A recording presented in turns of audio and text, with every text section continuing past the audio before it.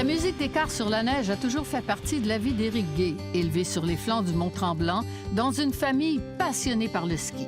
Si son premier adversaire fut son frère Christian, de 2 ans son aîné, il a joint les rangs de l'équipe nationale en 1998, ne se doutant pas qu'il allait devenir le skieur alpin le plus décoré de l'histoire du Canada.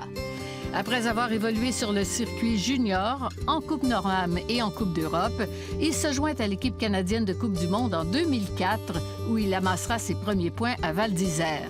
Mais le meilleur restait à venir.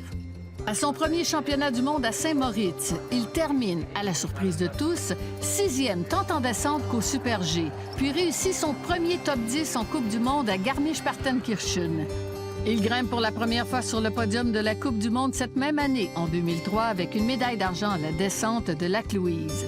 C'est en 2007 qu'il connaît sa meilleure saison en Coupe du monde avec une première victoire en descente à Garmisch. 3 autres podiums en descente, auxquels il en ajoute un en Super G, lui permettent de terminer 3e au classement général de la descente. Il fera encore mieux en Super G 3 ans plus tard avec le globe de cristal de l'épreuve, grâce à ses victoires à Kitfiel et Garmisch. Éric Gay sera sacré champion du monde 2 fois, d'abord en descente en 2011 à Garmisch-Partenkirchen, une station qui décidément lui réussit très bien, puis en Super G en 2017, bouclant la boucle à Saint-Moritz et devenant à 35 ans le skieur le plus âgé à remporter un tel titre. Il fut vice-champion en descente à ces mondiaux.